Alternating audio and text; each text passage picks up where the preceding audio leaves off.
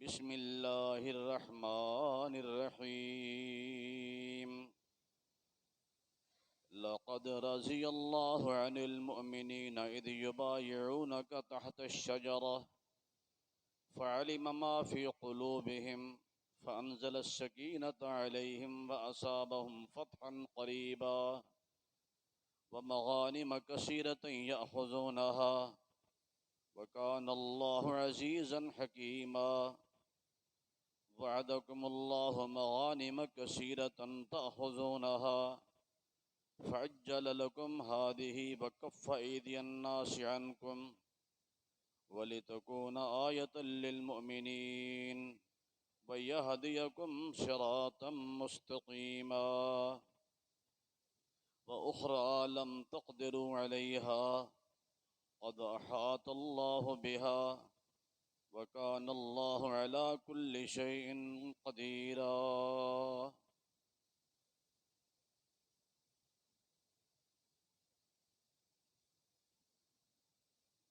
اللہ تعالیٰ کے مقرر کردہ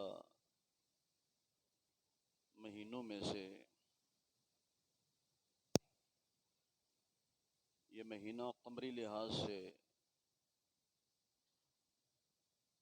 ماہ ذی الحج کا ہے اور اسلامی سال کا آخری مہینہ ہے۔ اس کے بعد آنے والا مہینہ محرم الحرام اسلامی سال کا پہلا مہینہ ہے۔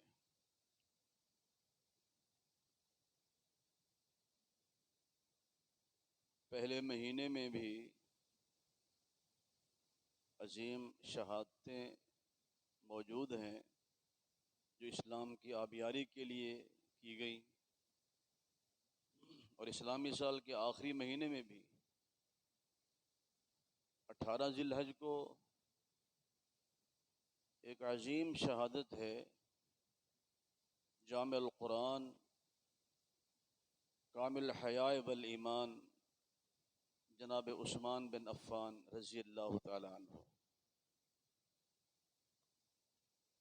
ویسے تو رسول اکرم صلی اللہ علیہ وسلم کے ساتھ نسبت، صحبت اور تعلق کے حوالے سے تمام صحابہ کرام عظیم ہیں، اور دونوں گروہ صحابہ کرام کے، مہاجرین کا گروہ ہو یا انصار کا، قرآن مقدس میں دونوں کی عظمت کو بیان کیا گیا، اجاگر کیا گیا، قوم کے سامنے رکھا گیا۔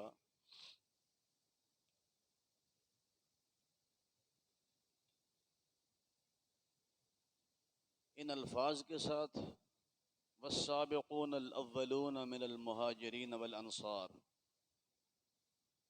والذین اتبعوہم بإحسان رضی اللہ عنہم ورضوا عنہ وأعد لهم جنات تجری تحتها الانہار خالدین فیہا ابدا ذالک الفوز العظیم۔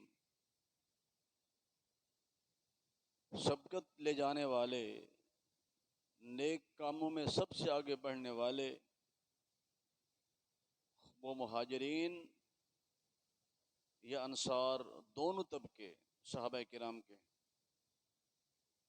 اور تیسرا وہ طبقہ والذین اتبعوہم بإحسان، جنہوں نے ان کی پیروی کی احسن طریقے سے۔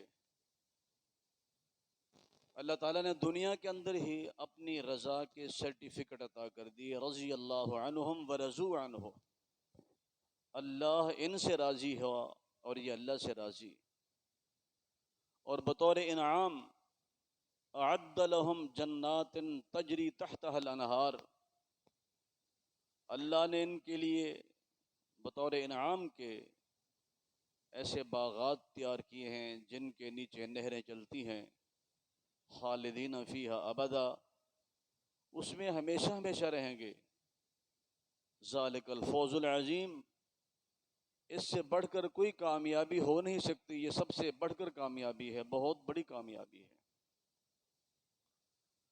اور جن لوگوں نے ان کے ایمان کے بارے میں شک کیا اور خاکم بدہن نعوذ باللہ بے وقوف کہا، قرآن حکیم نے ان کو بے وقوف کہا۔ وَإِذَا قِيلَ لَهُمْ آمِنُوا كَمَا آمَنَ النَّاسُ قَالُوا أَنُؤْمِنُ كَمَا آمَنَ السُّفَهَاءُ، جب ان کو کہا جاتا ہے جس طرح باقی لوگ جناب محمد کی عظمت پر، آپ کی رسالت پر یقین کیا، انہوں نے ایمان لائے، اسی انداز سے تم بھی ایمان لاؤ، آمنو کما آمن الناس، قالوا انؤمن کما آمن السفہاء، نعوذ باللہ پھر کیا کہتے ہیں جس طرح یہ بیوقوف لوگ، یہ کمزور طبقہ، یہ جس طرح ایمان قبول کیا ان لوگوں نے، ہم بھی ویسے ہی ایمان قبول کر لیں۔ اللہ نے فرمایا الا انہم هم السفہاء، میرے پیغمبر کے ساتھیوں کو بیوقوف کرنے والے خود بیوقوف ہیں، خود عقل سے عاری اور خالی ہیں، اور اگر اس ہٹ درمی پر رہے تو اللہ کے عذاب سے نہیں بچ سکیں گے۔ ان کو خبر ہی نہیں کہ کن کے متعلق ہم بات کر رہے ہیں۔ اور میں نے تو پیغمبر کے صحابہ کے ایمان کو پوری کائنات کے لوگوں کے ایمان کے لیے معیار اور کسوٹی قرار دے دیا ہے۔ جب تک ان جیسا ایمان نہیں لائیں گے میں کسی کے ایمان کو قبول نہیں کروں گا۔ فَإِنْ آمَنُوا بِمِثْلِ مَا آمَنْتُمْ بِهِ فَقَدِ اهْتَدَوْا، اگر وہی ایمان یہ بھی لے آئیں اسی انداز سے جس طرح کہ تم ایمان لائے اے صحابہ کرام، اے پیغمبر کے ساتھیوں، تو پھر تو ان کا ایمان قابل قبول ہوگا۔ کیوں؟ صحابہ کے ایمان کی گواہی رب العالمین نے خود دی اور فرمایا اولئک الذین امتحن اللہ قلوبہم للتقوی، میرے پیغمبر کے صحابہ کرام کے دلوں کو خوب پرکھا ہے، ان کا امتحان لیا ہے، ان کو خوب صاف کیا ہے۔ یوں سمجھیں جس طرح بچہ تختی کو صاف کرتا ہے، صاف کرنے کے بعد اس میں کچھ لکھنا چاہتا ہے، تو اللہ فرماتے ہیں میں نے بھی ان کے دل کی تختیوں کو صاف کیا اور پھر میں نے خود لکھا، اپنے قدرت کے ہاتھوں سے خود لکھا۔ اور کیا لکھا؟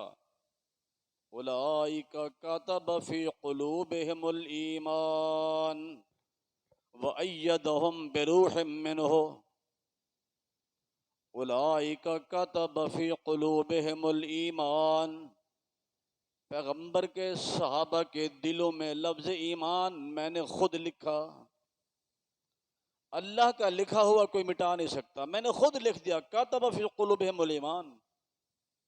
اور یہ تو ایسی جماعت، ایسا طبقہ، ایسا گروہ کہ ان کو ایمان کے علاوہ کوئی چیز پسند ہی نہیں ہے۔ وَلَٰكِنَّ اللَّهَ حَبَّبَ إِلَيْكُمُ الْإِيمَانَ وَزَيَّنَهُ فِي قُلُوبِكُمْ وَكَرَّهَ إِلَيْكُمُ الْكُفْرَ وَالْفُسُوقَ وَالْعِصْيَانَ أُولَٰئِكَ هُمُ الرَّاشِدُونَ۔ مومن تو سب تھے، موسیٰ علیہ السلام کے ساتھی بھی مومن ایماندار، عیسیٰ علیہ السلام کے ساتھی بھی مومن، زکریا، یحییٰ، ایوب، تمام انبیاء علیہ السلام کے ساتھی، ان کے صحابہ مومن تھے۔ لیکن مالک فرماتے ہیں جس طرح ایمان جناب محمد کے دلوں، ان کے ساتھیوں کے دلوں میں جس طرح مزین ہوا ہے، آج تک مزین نہیں ہوا۔ وَلَٰكِنَّ اللَّهَ حَبَّبَ إِلَيْكُمُ الْإِيمَانَ، ان کو ایمان محبوب اللہ کی قدرت سے، اللہ کے حکم سے۔ اور پھر فرمایا زَيَّنَهُ فِي قُلُوبِكُمْ، صرف محبوب نہیں بنایا بلکہ تمہارے دلوں میں ایمان کو زینت دی ہے، مزین کیا ہے۔ وَكَرَّهَ إِلَيْكُمُ الْكُفْرَ وَالْفُسُوقَ وَالْعِصْيَانَ، کفر، فسق و فجور اور نافرمانی کے کام ان کو پسند ہی نہیں ہے۔ ہمارے یہاں بھی ایک مثال بڑی معروف ہے، سریکی میں ہم کہتے ہیں، کپڑے پہننے کے لحاظ سے ہم کہتے ہیں کہ پہندا ہر کوئی ہے پر ٹھمکیندہ کوئی کوئی ہے۔ پہننے کے لیے سب پہنتے ہیں لیکن خوبصورت کسی کو لگتے ہیں، ہر ایک کو نہیں۔ تو مالک فرماتے ہیں مومن سارے تھے، آدم علیہ السلام سے لے کر عیسیٰ علیہ السلام تک تمام پیغمبر کے صحابہ مومن تھے، لیکن زینہ فی قلوبکم، یہ صرف جناب محمد کے ساتھی ہیں صلی اللہ علیہ وسلم کے۔ تمام صحابہ کرام معیار حق ہیں، ایمان کی کسوٹی پر پورے اترنے والے، جن کی تعریفیں اللہ نے خود کی، اولئک هم المؤمنون حقا، یقینی بات ہے کہ یہی مومن ہے۔ لیکن ان میں سے پھر بعض، ان کا ایک امتیازی مقام، امتیازی حیثیت ہے بعض صحابہ کرام کی، اور جس ہستی کا میں تذکرہ شروع کرنے والا ہوں، جناب عثمان بن عفان رضی اللہ تعالیٰ عنہ، ان کو تو یہ عظمت ملی کہ اس کائنات میں کوئی ایسا شخص نہیں ہے جس کو کسی پیغمبر کی دوہری دامادی کا شرف اور اعزاز حاصل ہوا ہو۔ عثمان بن عفان ہی ہے رضی اللہ تعالیٰ عنہ پیغمبر علیہ السلام کے دوہرے داماد۔ پہلے اپنی بیٹی جناب رقیہ کا نکاح پیش کیا امام الانبیاء جناب محمد رسول اللہ صلی اللہ علیہ وسلم نے۔ غزوہ بدر کے موقع پر بیمار تھیں، وفات پا گئیں جناب رقیہ سلام اللہ علیہا۔ ان کی وفات کے بعد نبی علیہ السلام نے اپنی بیٹی ام کلثوم کا نکاح پیش کیا، اور ایک تاریخی حوالہ ہے کہ اگر آپ نے فرمایا میری اور بیٹیاں بھی ہوتی اور فوت ہوتی رہتی، یک کے بعد دیگرے جناب عثمان کے نکاح میں دیتا، کہ آپ ان کی حسن مساہرت سے، اچھی دامادی سے متاثر تھے۔ یہاں تو ایک داماد ہوتا ہے، اس نے ناک میں دم کیا ہوتا ہے، اور آپ کی ایک بیٹی فوت ہوتی ہے تو آپ اس کو دوسری بھی دے رہے ہیں۔ یہ اعزاز کامل حیاء والایمان جامع القرآن جناب عثمان بن عفان کو حاصل ہوا رضی اللہ تعالیٰ عنہ۔ اور آپ فرماتے ہیں لکل نبی رفیق فی الجنہ ورفیقی فی عثمان، جنت میں ہر نبی کا ایک رفیق ہوگا اور میرا رفیق عثمان ہوگا رضی اللہ تعالیٰ عنہ۔ یہ عظمت ان کے حصے میں آئی، 20 دفعہ لسان رسالت سے اگر جنت کی خوشخبریاں ملی ہیں کسی صحابی کو تو ان کا نام عثمان بن عفان ہے رضی اللہ تعالیٰ عنہ۔ آپ فرماتے ہیں من اشترى بیر روما فلہ الجنہ، اگر کوئی شخص وہ کنواں خرید کرے جس کا نام بیر روما ہے، میں محمد صلی اللہ علیہ وسلم جنت کی ضمانت اور گارنٹی دیتا ہوں۔ جناب عثمان غنی رضی اللہ تعالیٰ عنہ نے وہ کنواں خرید کر کے وقف کیا عام مسلمانوں کے لیے، خرید کر کے اپنی ملکیت نہیں رکھا کہ میں مالک ہوں، عام مسلمانوں کے لیے وقف ہے۔ اس طرح آپ فرماتے ہیں من جہز جیش العسرۃ فلہ الجنہ، جو شخص جیش عسرہ کے لیے غزوہ تبوک کے لیے سامان پیش کرے اس کو جنت کی ضمانت، جنت کی گارنٹی۔ عثمان غنی رضی اللہ تعالیٰ عنہ جیش عسرہ کے لیے سب سے زیادہ سامان پیش کرنے والے، مختلف حوالے ہیں سیرت کی کتابوں میں، کتب تواریخ میں۔ ایک میں تو یہ ہے کہ آپ سامنے بیٹھے تھے اور سب سے پہلے کھڑے ہو کر اعلان کیا علیہ مئۃ بعیر بحلاسھا واختابھا، اللہ کے رسول غزوہ تبوک کے لیے 100 اونٹ پیش کروں گا، سامان سمیت پیش کروں گا۔ آپ سمجھتے ہیں کہ 100 اونٹ کا مطلب آج کے دور میں کیا ہے؟ 100 پجارو، 100 لینڈ کروزر اور سامان سمیت۔ آپ نے پھر اعلان کیا، دوبارہ کھڑے ہو گئے، اللہ کے رسول 100 اور لکھ لیں۔ پھر اعلان کیا، فرمایا تیرا حصہ آ گیا ہے، اب ادھر سے کوئی بولے۔ عثمان غنی دوڑ کے آ جاتے ہیں، یا رسول اللہ 100 اونٹ اور لکھ لیں اور سامان سمیت لکھ لیں۔ چاندی ہے، سونا ہے، درہم اور دینار ہیں، یہ وقف کر رہے ہیں، غزوہ تبوک کے لیے سامان پیش کر رہے ہیں۔ اور پھر گھر گئے، اپنی چادر کو بچھایا، اس میں درہم و دینار رکھے ہوئے کندھے پہ لے کر آ رہے ہیں، آپ کے سامنے آ کے ڈھیر کر دیا۔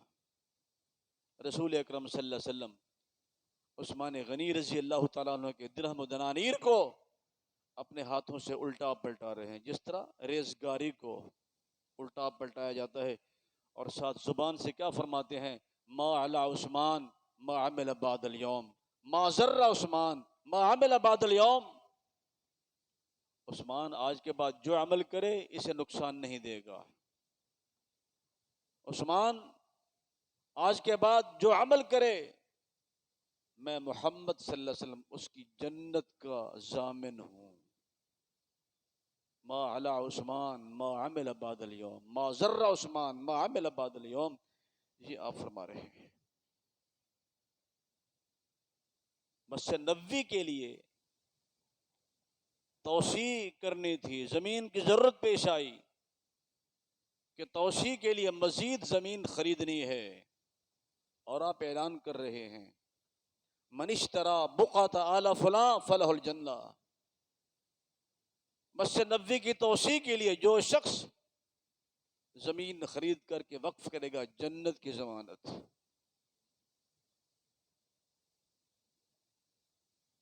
تو اس موقع پر بھی عثمان غنی سبقت لے گئے رضی اللہ تعالیٰ عنہ، اپنی گرہ سے وہ زمین کا قطع اور ٹکڑا خرید کر کے وقف کیا مسجد نبوی کی توسیع کے لیے۔ اور وہ ٹکڑا کون سا ٹکڑا ہے؟ اللہ آپ سب کو مدینہ لے جائے۔ دیکھا ہے وہاں کتنی دھکم پیل ہوتی ہے، اور ہر شخص کی خواہش ہوتی ہے اس ٹکڑے میں، اس جگہ میں بھی دوگانہ ادا کر لوں جو ٹکڑا عثمان غنی نے خرید کر کے وقف کیا ہے۔ آپ منبر پہ تشریف فرما ہیں، اور اس کے متعلق کیا فرماتے ہیں؟ ما بین بیتی و منبری روضۃ من ریاض الجنہ،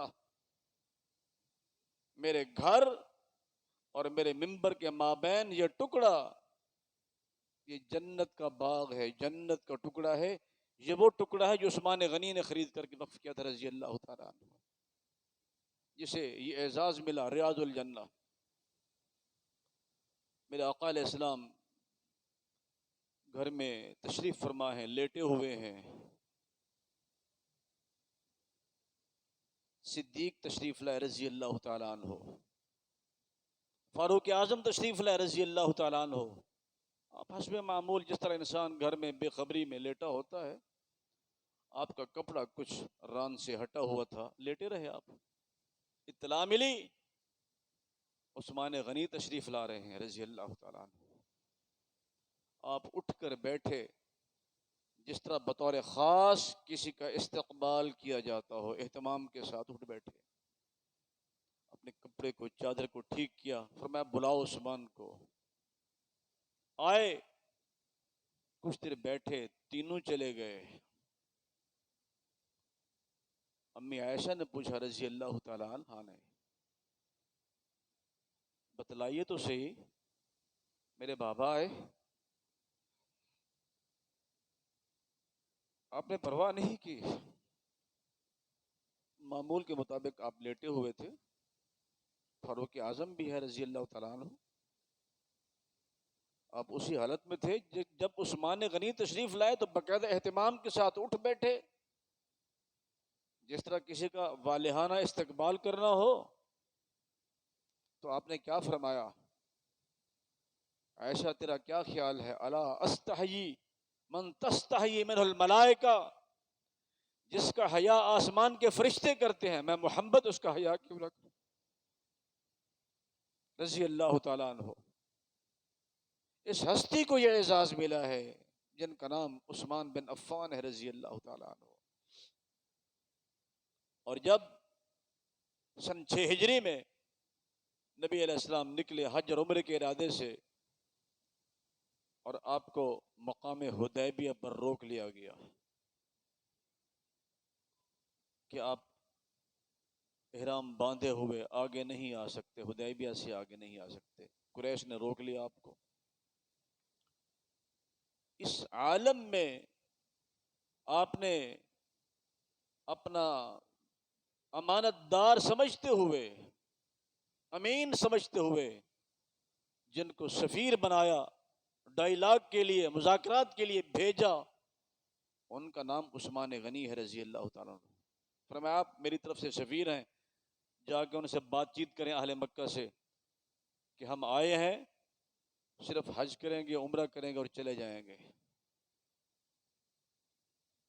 کیونکہ قرابت داری تھی تو ان لوگوں نے، قریش مکہ نے کہا کہ عثمان آپ اکیلے بیت اللہ کا طواف کرنا چاہیں تو کر لیں، زمزم پینا چاہیں پی لیں، صفا مروہ کی سعی کرنی ہے آپ کر لیں، لیکن ہم آپ کے نبی کو نہیں آنے دیں گے. تو انہوں نے فرمایا کہ میں اکیلے میں یہ کام نہیں کر سکتا، حالانکہ ممکن تھا آپ کے لیے، کر لیتے.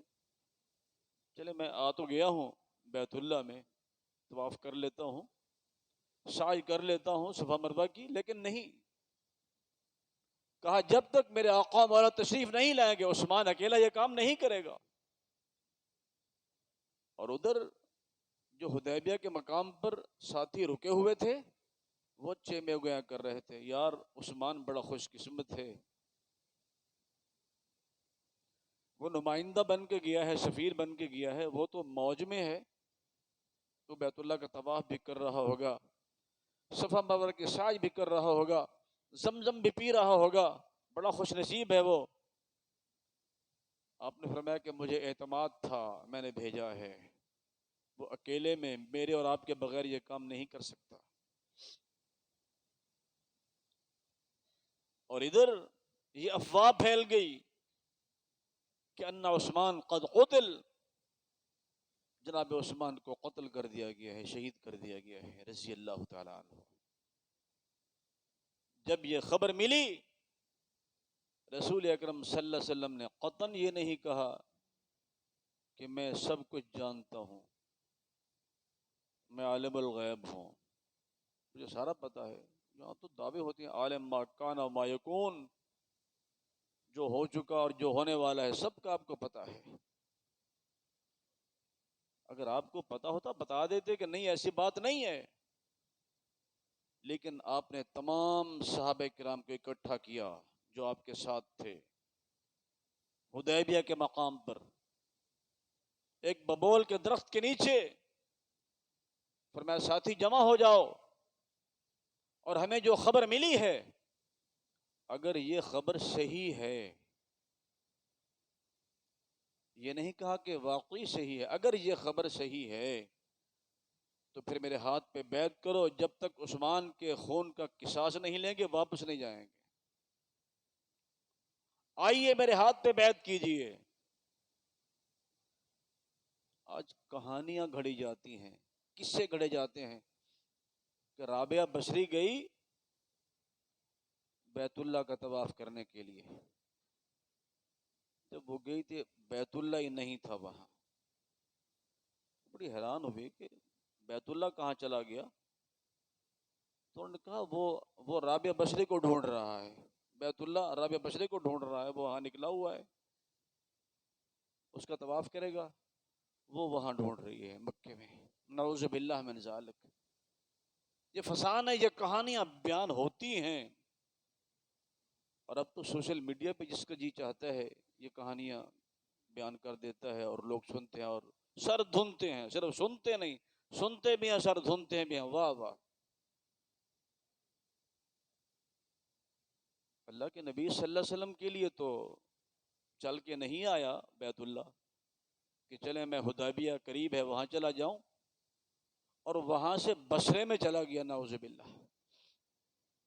آپ بے چین ہیں، بے قرار ہیں، اور آپ بیت لے رہے ہیں۔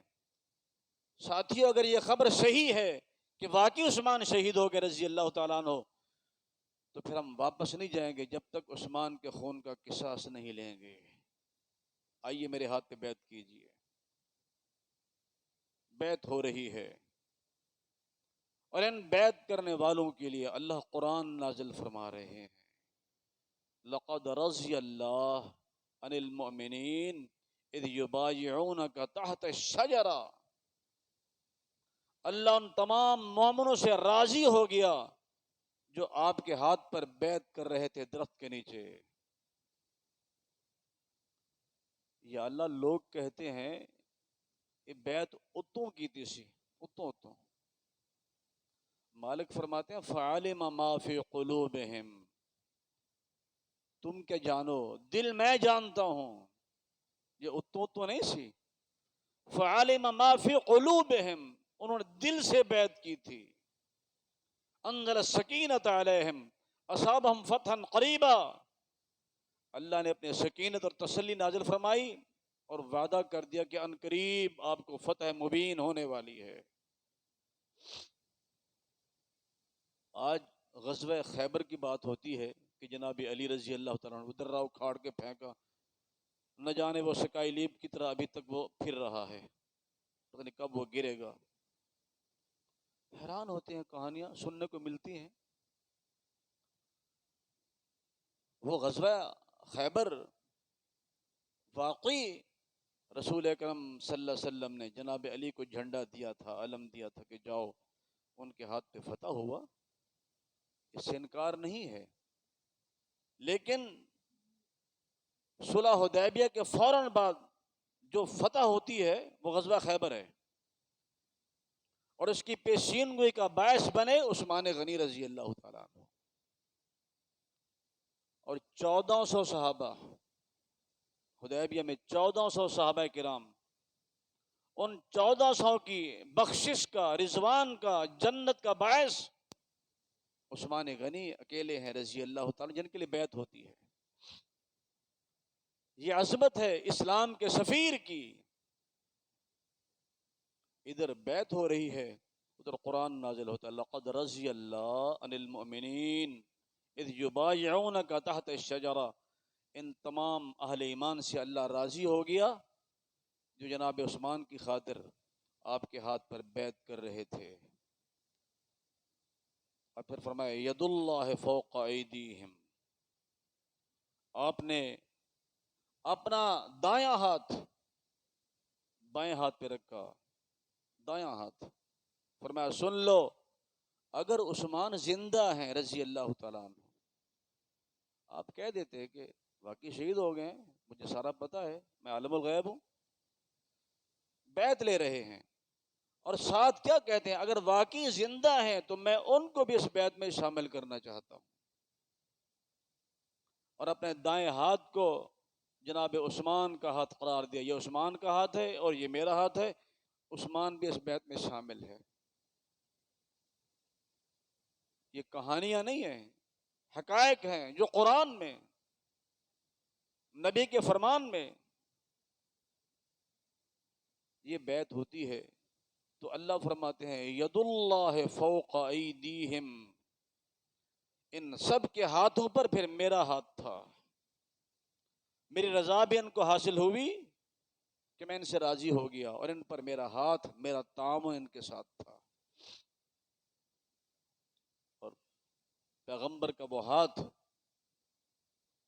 جس ہاتھ سے پانی کے چشمے جاری ہوئے، ایک برتن میں ڈالا، پانی کم تھا، تبوک کے راستے میں چشمے جاری ہو گئے. یہ وہ ہاتھ ہے، اور یہ وہ ہاتھ ہے جس کے ساتھ آپ اشارہ کرتے ہیں چاند دو ٹکڑے ہو کے زمین پہ آتا ہے. یہ وہ ہاتھ ہے. ام معبد کی بکری کو یہ ہاتھ لگا جس نے دودھ دینا بند کیا ہوا تھا. جب تک وہ زندہ رہی، سیرت نگاروں کے مطابق 18 سال مسلسل اس بکری نے دودھ دیا. یہ وہ ہاتھ ہے جس کو آپ فرماتے ہیں کہ یہ عثمان کا ہاتھ ہے اور یہ میرا ہاتھ ہے. بے شمار شہداء ہیں. اسلام کی تاریخ، اسلام کی آبیاری کے لیے شہداء کے خون سے بھری ہوئی ہے. اور جو اعزاز جناب عثمان کو حاصل ہے کسی کو حاصل نہیں ہوا. حمزہ بھی شہید ہیں جن کے متعلق فرمایا سید الشہداء حمزہ. تمام شہداء کا سردار حمزہ ہے. آج ہم کہتے ہیں سید الشہداء حسین ہیں، شہید ہیں، مظلوم شہید ہیں. ان کی شہادت سے انکار نہیں ہے، نہ ان کی عظمت کا انکار ہے، لیکن لسان رسالت نے، پیغمبر کی زبان نے جس کو یہ خطاب دیا ہے سید الشہداء کا، ان کا نام حمزہ ہے رضی اللہ تعالیٰ. فرمایا تمام شہداء کے سردار میرے چچا حمزہ ہیں. علی بھی شہید ہیں، عمر بھی شہید ہیں رضی اللہ تعالیٰ عنہم، حسین بھی شہید ہیں. خانواد رسالت، اہل بیت سارے شہداء ہیں. لیکن اگر آپ کو انتہائی مظلوم شہید ملے گا، مدینہ کا مظلوم شہید جس پر سب سے زیادہ ظلم ہوا، اس کا نام جامع القرآن کامل حیاء والایمان عثمان بن عفان ہے رضی اللہ تعالیٰ عنہ، جن کے پاس طاقت بھی ہے، اقتدار بھی ہے، حکومت بھی ہے، باغیوں کو کچل سکتے تھے، لیکن کیوں نہیں کیا یہ کام؟ باغیوں نے مکان کا محاصرہ کیا ہوا ہے. آج ہم کہانیاں سنیں گے، ابھی دن آ رہے ہیں کہ 3 دن پانی بند ہوا، 7 دن بند ہوا، 10 دن بند ہوا. کبھی اس کا تذکرہ بھی کر دیا کریں جن کا 40 دن پانی بند ہوا اور روزے پہ روزہ رکھے چلے جا رہے ہیں. پوچھا گیا عثمان یہ کیسے آپ روزہ رکھ لیتے ہیں؟ کہا قرآن پاک کی تلاوت کرتا رہتا ہوں، میری پیاس بجھتی رہتی ہے. یہ اللہ کا مجھ پر انعام ہے. پانی کا مشکیزہ اگر کوئی لے کے آتا ہے راستے میں اس کو پھاڑ دیا جاتا ہے، پانی تک نہیں پہنچنے دیا جاتا. جنہوں نے خود اہل مدینہ کے لیے کنواں خرید کر بیر روما پانی کا بندوبست کیا، ان کا پانی بند کر دیا گیا. مسجد نبوی کی توسیع کے لیے جگہ خرید کر کے وقف کی اور اس جگہ کو یہ اعزاز ملا کہ ریاض الجنہ بنی. اس مسجد نبوی کا داخلہ بند ہے، وہاں نہیں جا سکتے، مکان کا محاصرہ ہے. اور میں نے پہلے کہا اگر چاہتے ان باغیوں کا سر کچلا جا سکتا تھا. اور کہا بھی گیا مغیرہ بن شعبہ رضی اللہ تعالیٰ عنہ اونچی جگہ پہ کھڑے ہو کر حضرت عثمان سے مخاطب ہیں اور کیا کہتے ہیں؟ ان معک عددا وقوہ، افرادی قوت بھی آپ کے ساتھ ہے، حکومت بھی آپ کے ساتھ ہے. آپ ان باغیوں کے متعلق حکم دیں کہ ان کے سر قلم کر دیے جائیں. کہا ابھی تو مجھے انہوں نے کچھ نہیں کہا، میں کیسے انتقام لے لوں؟ مجھے انہوں نے مارا ہی نہیں ہے، قتل نہیں کیا، قتل کے درپے ہیں. جب تک مجھے قتل نہ کرے میں کیسے حکم دے دوں کہ ان کو قتل کر دیا جائے میری خاطر؟ اور پھر مدینہ میرے پیغمبر کا پرامن شہر، یہ میری محبت کا نگینہ ہے. ایمان والوں کے لیے مدینہ سکینہ ہے، تسلی کا باعث ہے. تو میں کیسے کہہ دوں پیغمبر کے شہر میں میری خاطر، میری جان کو بچانے کی خاطر خون ریزی کی جائے؟ میں اجازت نہیں دے سکتا. کہا اچھا آپ ایسے کریں، ہم کنٹرول کرتے ہیں، آپ پچھلی دیوار سے نکل جائیں، ملک شام چلے جائیں جہاں جناب معاویہ موجود ہیں، ان کی حکومت ہے رضی اللہ تعالیٰ عنہ، آپ ان کے پاس چلے جائیں، پناہ لے لیں۔ تو کیا فرماتے ہیں؟ لوگوں سن لو، تم مجھے مدینہ سے باہر جانے کا مشورہ دے رہے ہو، لن افارق دار ہجرتی و مجاورت رسول اللہ، میں مکہ چھوڑ کے پیغمبر کے ساتھ مدینہ آیا تھا، آج میں پیغمبر کی رفاقت کو چھوڑ کر، آپ کے پڑوس اور ساتھ کو چھوڑ کر، مدینہ کو چھوڑ کر شام میں چلا جاؤں، یہ مجھ سے نہیں ہو سکتا، میں نہیں گوارا کرتا۔ نہ مدینہ میں خون ریزی کی اجازت دیتا ہوں، اور نہ ہی میں مدینہ کو چھوڑ سکتا ہوں۔ مال بھی قربان کیا، اپنی جان کی قربانی بھی دے دی، امت کے لیے سبق چھوڑ گئے کہ اگر اسلام کی آبیاری کے لیے خون دینا پڑے، مال دینا پڑے تو دریغ نہیں کرنا چاہیے۔ اور جناب علی کو اس قدر محبت آپ کے ساتھ ہے کہ جناب علی کے 2 بیٹے ایسے ہیں، ابھی کربلا کی تاریخ آپ سنیں گے، 72 افراد کے جو نام ہیں، 72 تن جو شہید ہوئے، کبھی ان کے نام آپ پڑھیں۔ جناب علی کے 2 بیٹے ہیں، ایک کا نام عثمان ہے اور ایک کا نام عمر ہے، جو کربلا میں شہید ہوئے۔ یہ لوگ کہتے ہیں دشمنیاں تھیں، مخالفتیں تھیں، کبھی کسی دشمن کے نام پر بیٹے کا نام رکھا جاتا ہے؟ علی رضی اللہ تعالیٰ عنہ ان کے نام پر، عثمان کے نام پر، عمر کے نام پر اپنے بیٹوں کے نام رکھتے ہیں جو کربلا میں شہید ہوتے ہیں، ان 72 میں یہ نام شامل ہیں۔ اور اس حوالہ سے بھی عثمان غنی رضی اللہ تعالیٰ عنہ انتہائی خوش نصیب ہیں کہ قیامت کے دن جب شہداء آئیں گے، شہداء کی شہادت کی گواہی، کسی کی گواہی بدر کا میدان دے رہا ہے، کسی کی شہادت کی گواہی خندق کا میدان دے رہا ہے، حنین ہے، تبوک ہے، یرموک ہے۔ عثمان وہ خوش نصیب ہے جس کی شہادت کی گواہی رب کا قرآن دے گا۔ قرآن پڑھ رہے ہیں جب شہادت ہوئی، اور یہ الفاظ فَسَيَكْفِيكَهُمُ اللَّهُ پہلا پارہ ہے، اور اس کا ترجمہ کہ تیرے لیے اللہ ہی کافی ہے، فَسَيَكْفِيكَهُمُ اللَّهُ، ان کے مقابلے میں تجھے اللہ کافی ہے۔ ان الفاظ پہ خون کے قطرے گرتے ہیں، اور یہ عظیم ہستی اللہ کے حضور اس انداز میں پہنچتی ہے کہ جام شہادت نوش کیا ہوا ہے۔ اور آپ نے فرمایا، صحیح مسلم کی روایت ہے، لا يدخل النار احد ممن بايع تحت الشجرہ، جن لوگوں نے درخت کے نیچے بیعت کی تھی ان میں سے کوئی بھی جہنم میں نہیں جائے گا۔ میرے آقا علیہ السلام جنت کی گارنٹی دے رہے ہیں ان 1400 صحابہ کے لیے جنہوں نے قصاص عثمان کے لیے آپ کے ہاتھ پر بیعت کی تھی۔